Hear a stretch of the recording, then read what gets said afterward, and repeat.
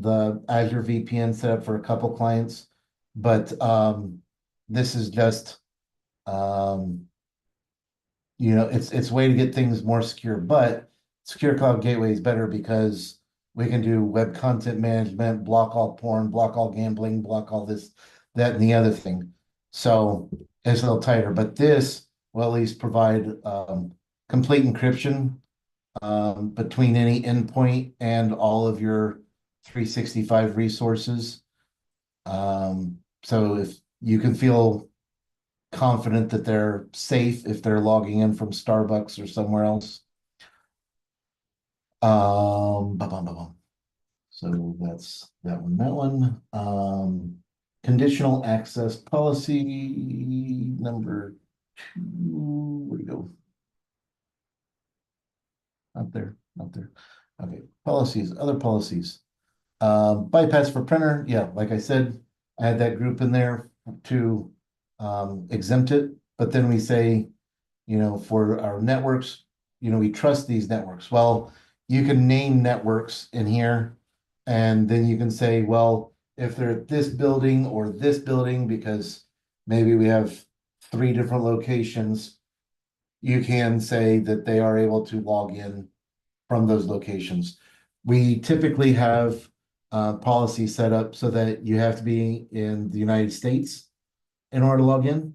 And sometimes I'll have like a vacation exemption in case, users like, hey, I'm going to the Bahamas for a week, or I'm going to Niagara Falls, right? We can put them into that exempt so that they can still get their email while they're outside the United States. But typically we keep everyone in a situation so that no one outside the United States would ever be able to log in, even if they had their password credentials, fished out their session token, they wouldn't be able to get in. So you're going to want to set this kind of thing up. These aren't really too hard. A lot of things you don't have to set up. I would say kind of map some of this out on paper first, because you don't want to have any conflicts, right? Because you might say that under this situation, block them, but under this situation, allow them. And now you have a conflict, and that can lead to some weird things. And it basically goes by precedence of policies.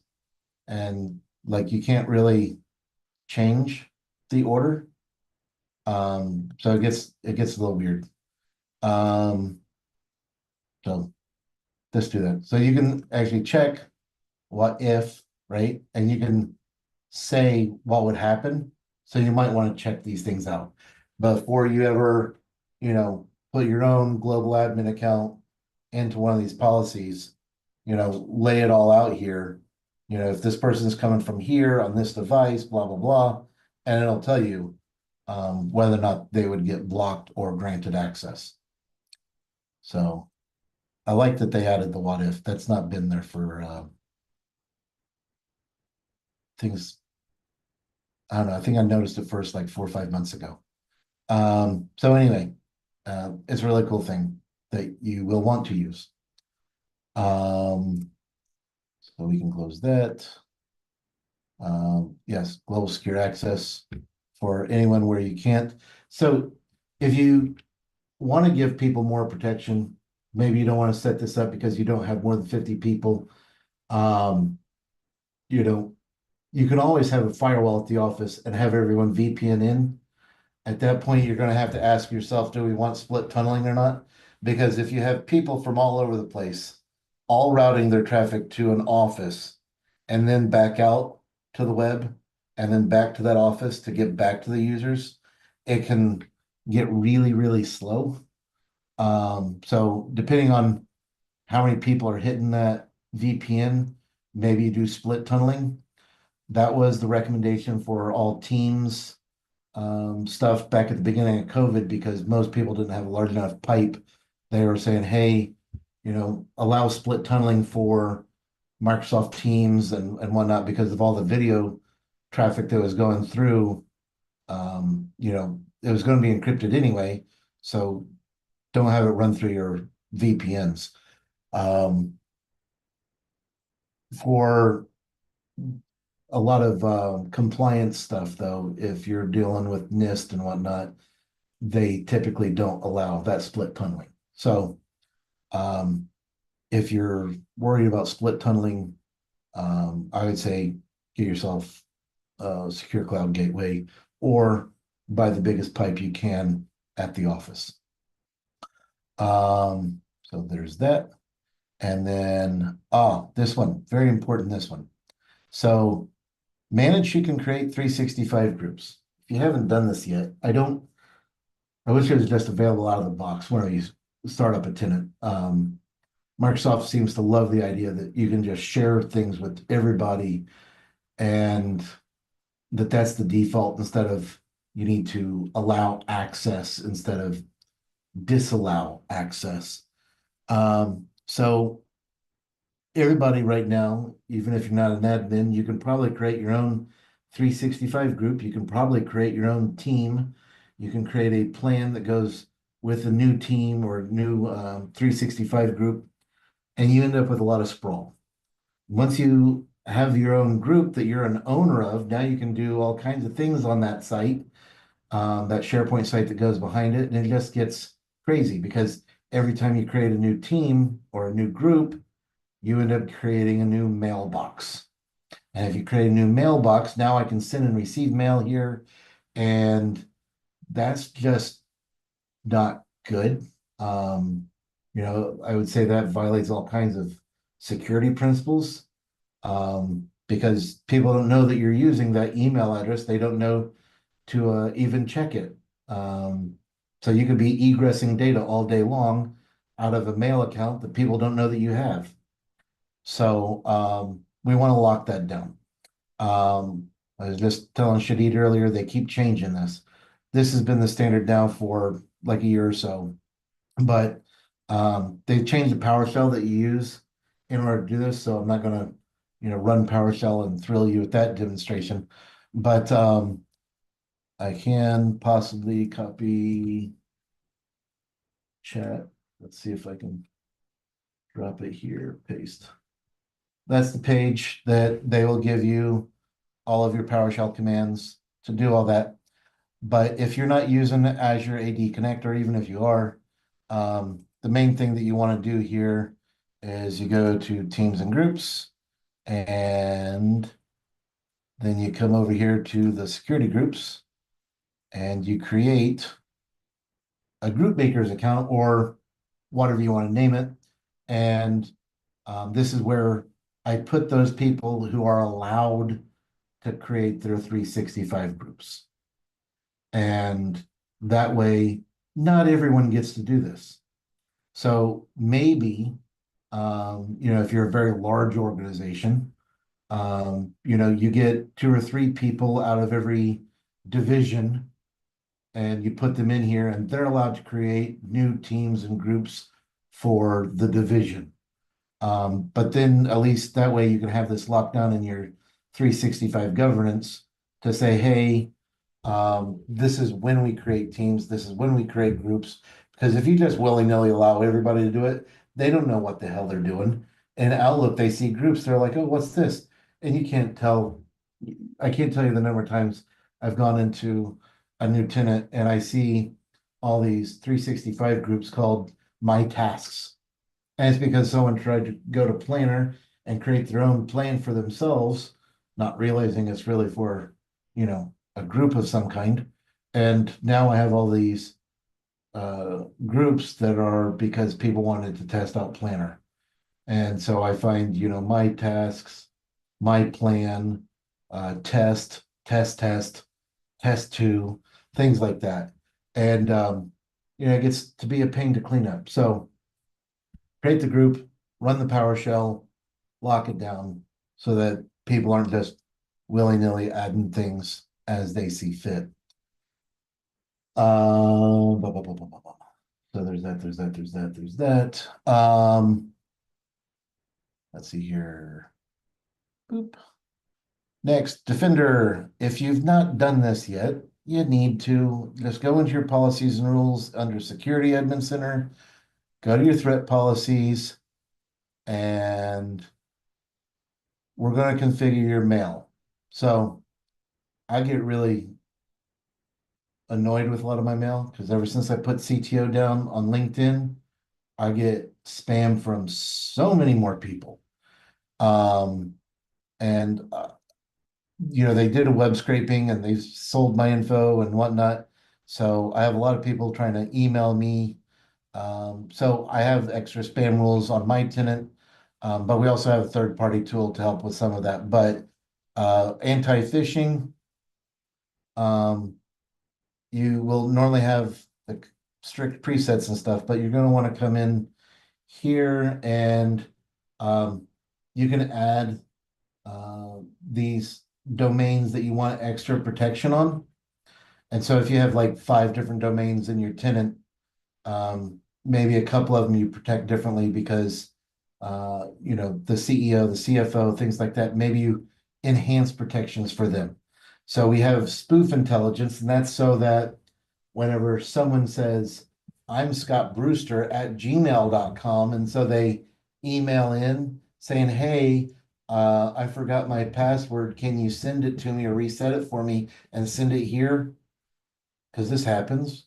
It's kind of funny sometimes how bad they are at these. But someone's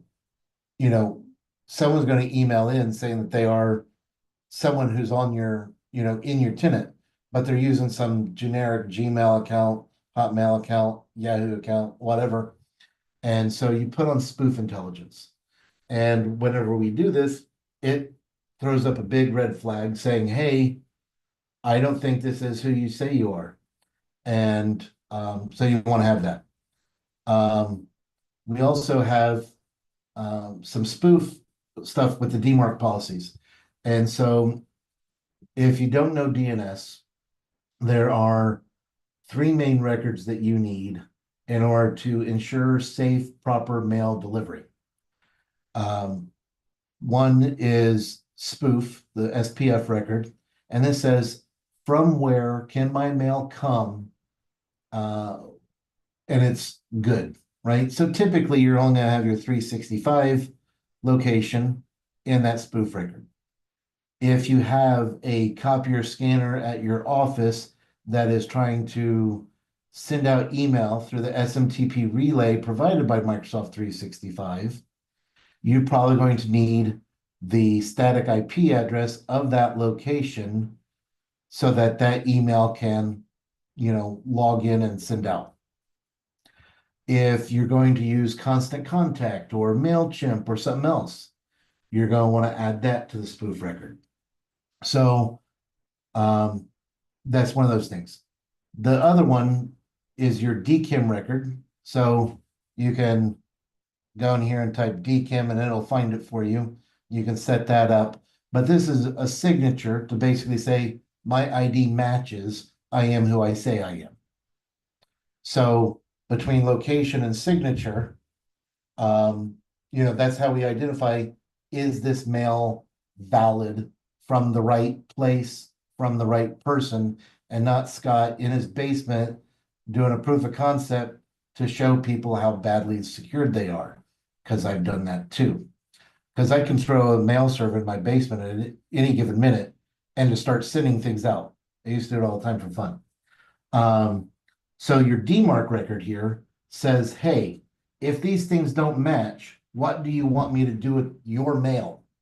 So you put in your DMARC record so that if someone else is receiving this mail and it's coming from, bad spoof address, but it's got the right DKIM, where it's got the right SPF, but it's missing the signature for some reason. You say, I want to quarantine this, or I want to reject this email. And so here you're going to come in here and configure this to say to honor this or not, because you can even work around what someone else's DMARC says. A lot of people have left their DMARC set to none because they don't know what all sends email on their behalf. I've seen it because people will have some random service that sends out a weekly report or something like that, or their web server that's hosted by some third party is emailing something off of a web form through a local SMTP server. And so if they, actually honor the DMARC, all of a sudden they don't get emails that they're expecting. So this is just one of those things where we want to put that in there. Bum, bum, bum, bum, bum. If you create your own policies, um, you're going to say, who does it apply to? So you're going to have multiple domains in a tenant, and you're going to have different policies for them. You're going to have different policies for different groups. So your leadership might have stricter policies than someone else, right? Personally, I like to have a lot more scrutiny on accounts that are emailing me from Gmail, Yahoo, Hotmail, etc., because they're so often used for, phishing attempts. So I'll lock that down for the majority of people, but if I have people who have to deal with those kinds of emails all the time, because say they're a recruiter, right? People are going to email them from personal accounts. So we might create a different set of policies for your recruiters or your salespeople or whatever. Other threat policies. When you go into the anti-spam, I like to make certain that I don't get mail from a lot of different countries. So my inbound policy, you're going to have a lot of different settings in here. I'll go through a couple of them. So bulk email threshold, the higher the number, the more it'll allow in, right? So if you get, on my service desk, right, I probably get a lot of newsletter type mail from my vendors that everyone else on the service desk is also getting. So I put up the bulk mail threshold a little higher because we're all getting the CISA alerts and things like that. And I don't want my CISA alerts going to junk. Biz and info, I've never seen legitimate email come from either of those top level domains. I normally block that. This is this tenant, so I don't really do much here. Numeric IP addresses.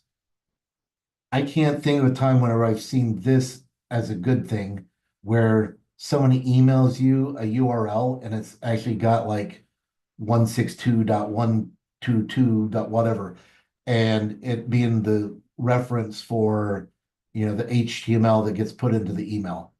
That's typically a sign of, a malicious actor trying to make an email look valid with, stuff that it's not supposed to have.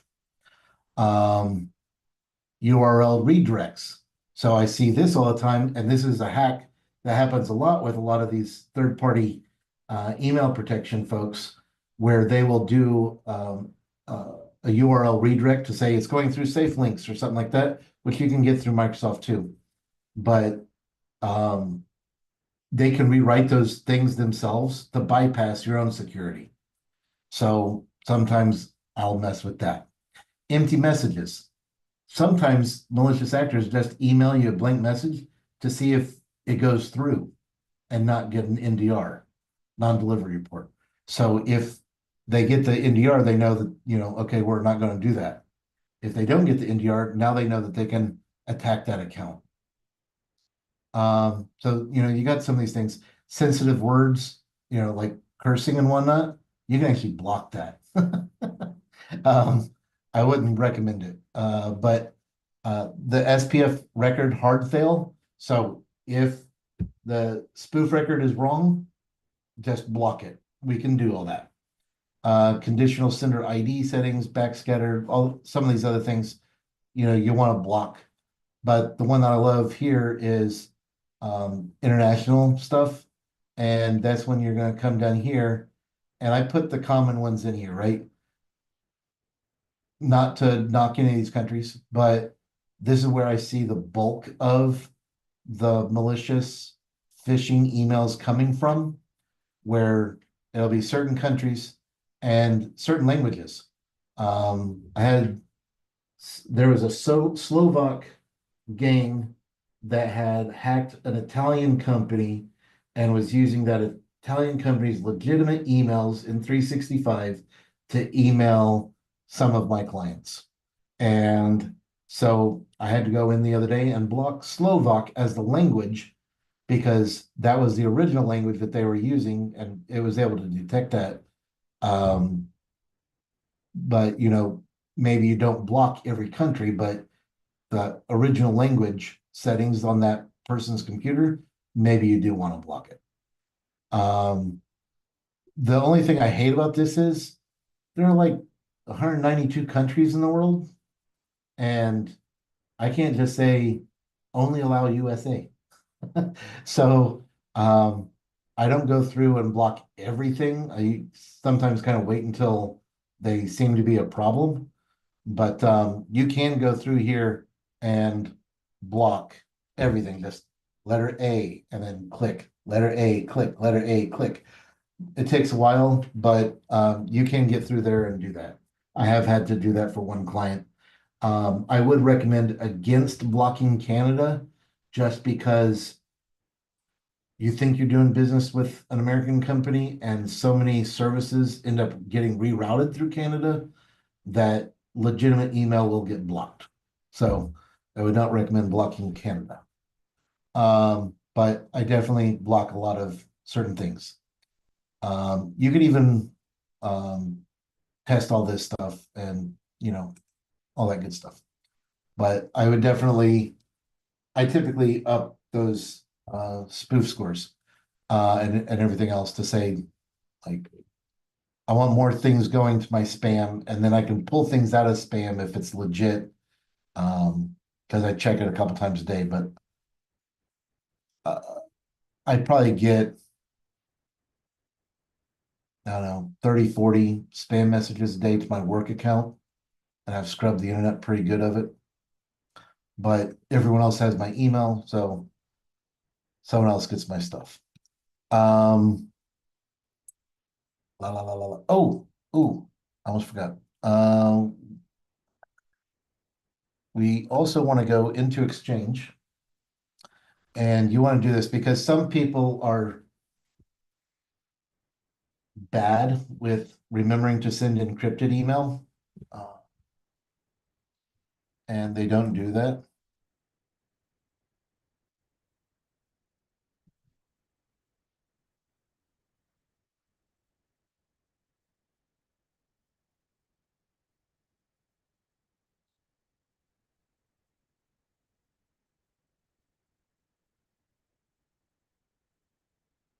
So under mail flow, we're going to create a rule, and I don't have any rules in here. Okay, so we want to send all kinds.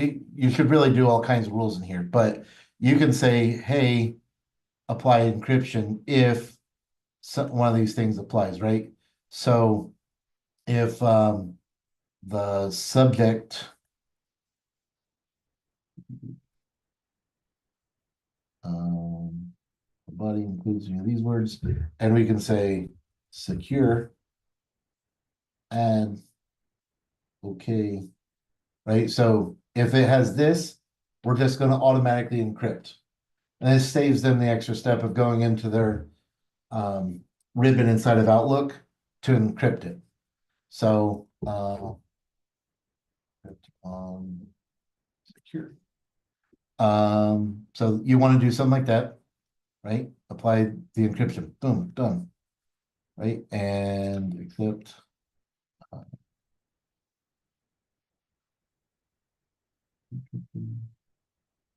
Oh, rights management. I don't. Next. And I can start this now or at a specified date. I'm do it now. Finish. And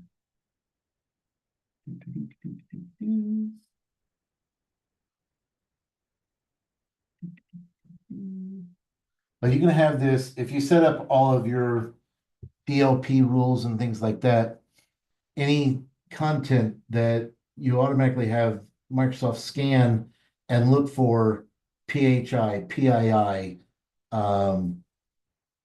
social security numbers, passport numbers, things like that. It can scan all that stuff and it can look for certain keywords and it will tag it and encrypt it inside of SharePoint and OneDrive. And you can set this stuff up so that it'll block the email from ever going out. Or you could say it's blocked from this subset of people from being able to go out, but these other people are allowed to send it out. After you create any rule, you have to come back in here and enable. So, and so it's going to get enabled here in a second. The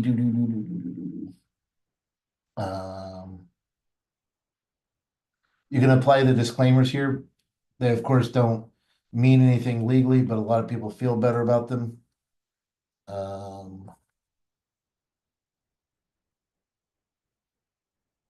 was it? Yeah, you can add your custom branding to encrypted email. I did that for a couple clients so that the people who received it, saw their logo and said, oh, okay, I know that it's them. Because some phishing is done through encrypted mail because the scanning or the receiving organization can't necessarily scan the encrypted email to see if there's something malicious inside. Where is it? Oh, no, it's connector that I need. You should from here to a partner organization or next TLS.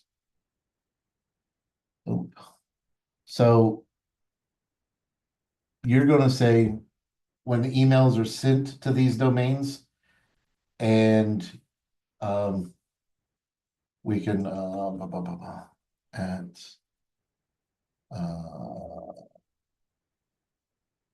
say email um,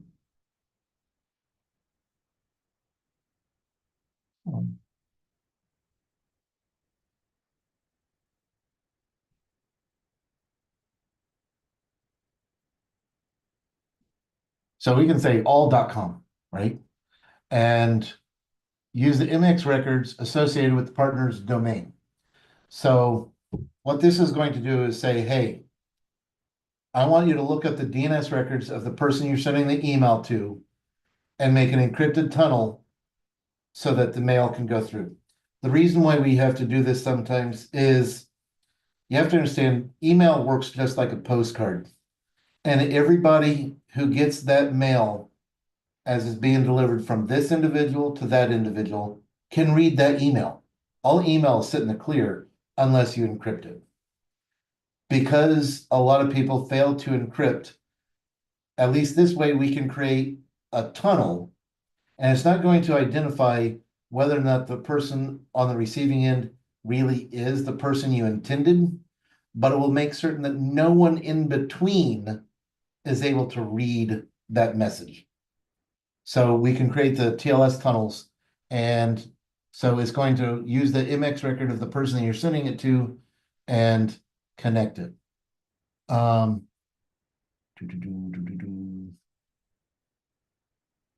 Yep.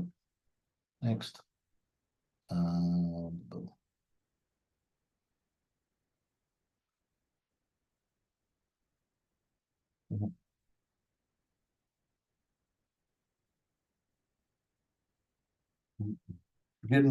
forgetting a step here.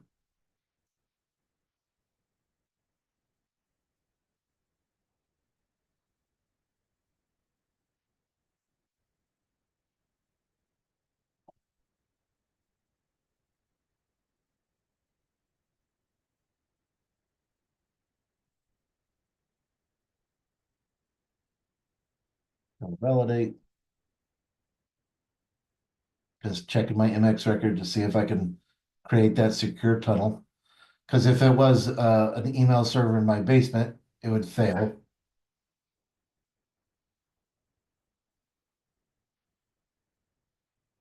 Come on. Boop, boop, boop, boop, boop.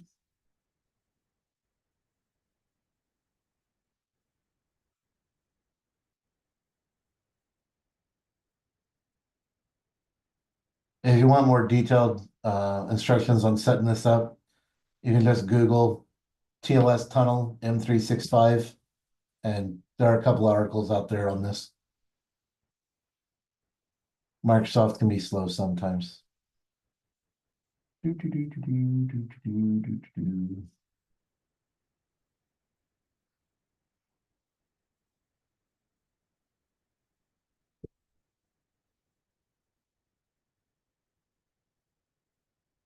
Yay, there we go. Success. So all this did was it says, hey, for my tenant, if I'm sending out email, I want to check the MX record of that person and I want an encrypted tunnel between the two. You can do this with Gmail, you can do this with Hotmail, AOL, all those things. And this is just so that you can ensure that you have some level of encryption. And it's really just the tunnel because it's not going to identify, whether or not the person is the person that you intended to send it to, right? So if I send an email to somebody or to like a distribution list, right? Things can get weird if it gets sent to the distribution list. But if you send it to named individuals, things work right. But you just want the tunnel. I don't understand why this isn't like default. So you want to have that. And it also forces, because you can set this up the other way too, that on the way back, you would have an encrypted tunnel. And it will force that user to always use a tunnel to get to me rather than letting everyone else read my mail as you've sent it to me. So even if they haven't gone in here and configured this, because you do, it forces their mail to go encrypted or through that tunnel at least. So you just do the opposite. So from partner to 365, and you set up the exact same way. So you definitely want to do that. This is new, but this is for high volume email. You're going to find some knuckleheads in an organization try to send out to like 1,000 contacts because they're trying to do their own marketing. Don't let them. That's why you have mass mailing services like MailChimp and Constant Contact and whatnot. But apparently Microsoft is trying to get in the game to say, hey, these people are allowed to send lots of email. I worry about doing that because you don't want to get flagged by another organization as spammy because it takes a while to get off of those lists that say that you're a spammy domain. And I would also say that if you are going to mass mail something like that, you do so with a subdomain that you can set up in your DNS records or a whole different domain. Because you don't want to come through as spammy. Alerts. I like having these alerts. You can set up all kinds of wrong one, alert policies. So I could set it up that if someone creates a new SharePoint site, let me know. Oh wait, no, that's Exchange.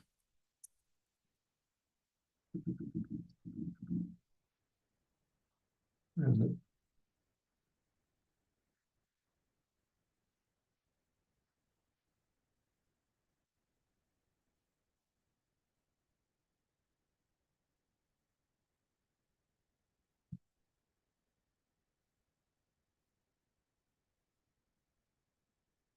Uh, anyway, here you can set up different alerts to say, hey, someone created a new SharePoint site. Someone here shared a document externally. Things like that. You can set up alerts that will then say, hey, something went out. For another organization that I support, I got alerts today that all kinds of PII were sent out. So I had to investigate, and it was because it's tax time. All their stuff went to the accountant with social security numbers and whatnot in order to get people their W-2s. So, um, I put on these alerts to say, if I see something crazy going on, notify me. And so I would say that you might want to turn those kinds of things on because you could have an alert set up to just say, anytime this file in this library on this SharePoint site is accessed, send me a note. You can do that. It's kind of cool. Might be overkill, but like I said, I'm paranoid, so you don't need to be. Hey Um, Scott, we have a question from Martin Warren. Is there a best practice guide that is valuable when setting up M365 tenants?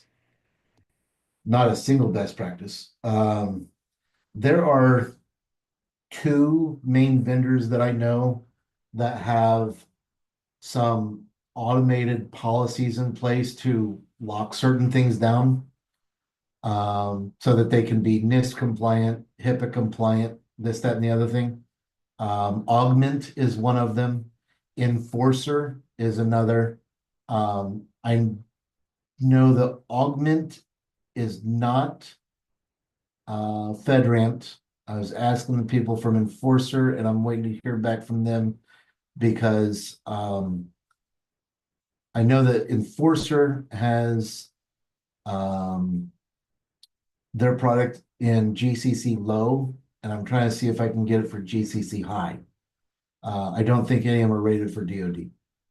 But a lot of them have different policies out there that they can push. It is a little weird because you have to have a separate tenant to create all of these different policies. And then it's like a quick config where it will copy all of them from your dummy tenant to all of the other tenants that you picked. If you're not an MSP like me, that wouldn't do you any good. There are um, some checklists out there for like NIST and things like that, so that you can, lock certain things down. But, as far as setting up these alerts and some of the other things, it's not even going to be covered under those. Because some of that is just going to be really more like your Intune policies that will help you lock down your endpoints. And maybe one day I'll go over that, about locking down endpoints with 365 policies because, um, you can set it up so that, uh, you know, we can talk about privileged access management, privileged, identity management, things like that, so that, you know, at this time, this user has admin rights to update their printer driver, and then it goes away. Like you can set up all kinds of things like that through 365 policies. Um, so maybe I should get something together for that one day, should he, but um, you if you look at the NIST guidelines and you read all 110 controls and whatnot, they're going to have some of that laid out. But typically, I've not seen a quick way to do this. I've looked for PowerShell and whatnot to create. It's just it's not there. So the best thing I have going for me is some of these pre-built things from Augment or Enforcer that I would be able to use. Um, I don't have enough clients doing that to justify the cost yet. But typically I just create them all by hand.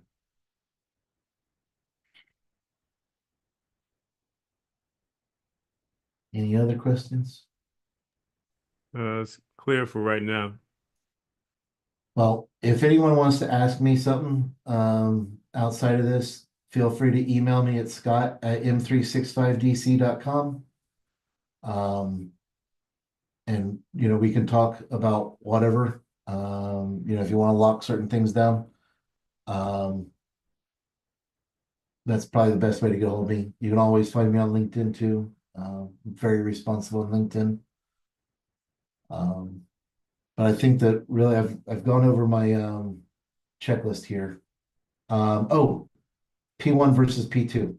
Um, I would suggest that depending on the organization and your compliance requirements, that you either go with an E3 license and then you add EMS 3, the Enterprise Mobility and Security 3 license, because that would come with the Azure P2.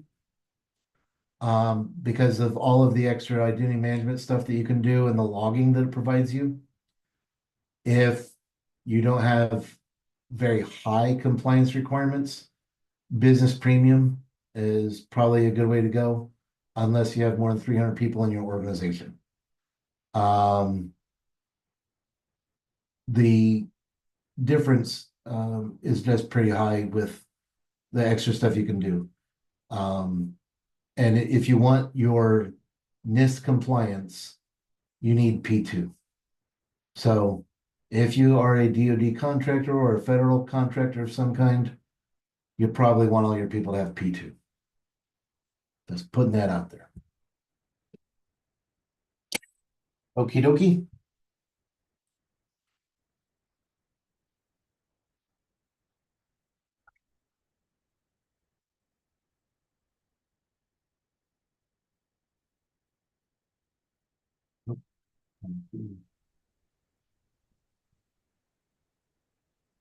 Anyone else?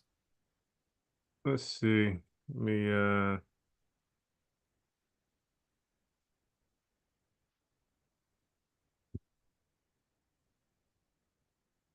I just need to remember to go change my UPN now, since this is my demo tenant. Okay, it's one final question. Uh you mentioned let's say quick and simple adjustments to secure an M365 tenant. Can you share let's say your top let's say quick tweak that this person can bring back to their work center that offers the biggest impact with the less amount of effort, or let's say approval across multiple departments, if that makes sense. Well, if the tenant has been operational for more than a year, DKIM is probably not set. If it's been operational for more than a year, they might not have their DMARC. And that just amazes me sometimes. If you want to check out these things, let me share my screen real quick. Again. So let's Mr.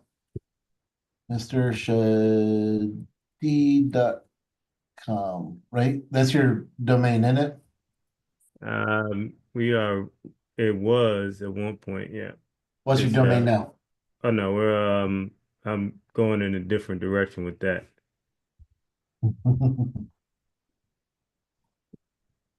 See what your records say. Oh, no DMARC record.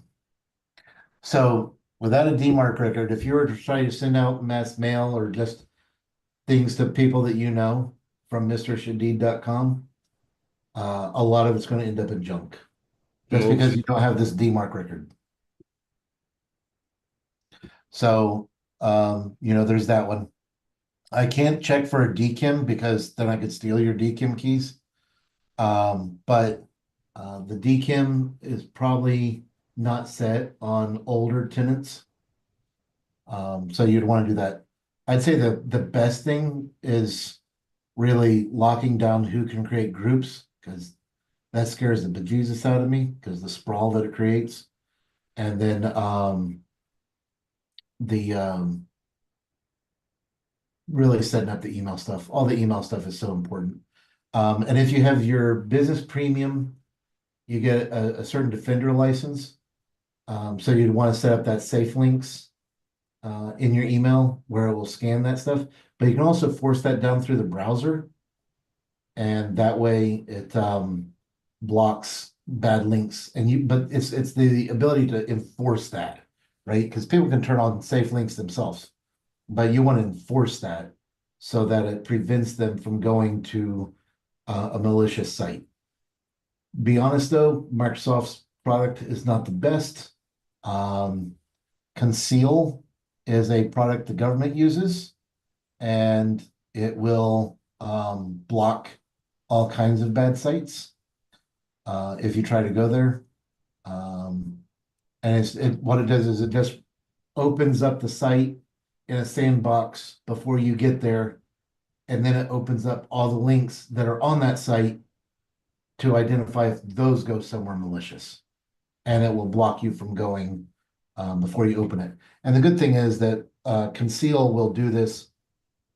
If you click on a link in Teams, Zoom, or somewhere else, right? So a lot of times people think, oh, I got my phishing protection on my email, but that's not sufficient because people get bombed all the time from Zoom and Teams.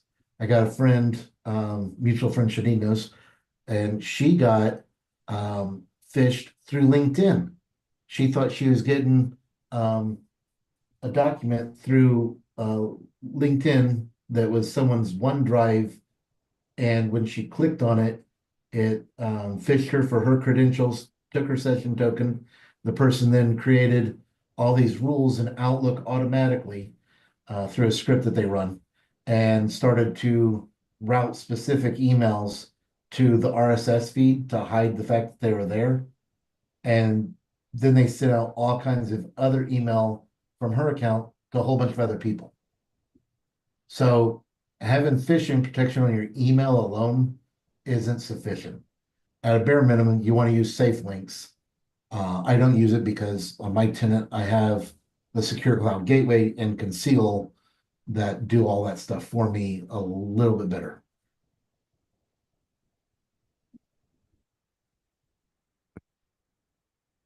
I would say those are the questions that are coming across. If any others come up, I'm sure they will. Then I'll just email them to you. Okay. And like I said, y'all can hit me up on LinkedIn, or you can just email me, Scott at m365dc.com. I might be slow to respond, but I will respond. All right, slow is better than none. On behalf of Scott and this great session on M365 security, Shadi, thank you for tuning in and see you next month, third Thursday of February. Thank you very much for tuning in this month. Toodaloo.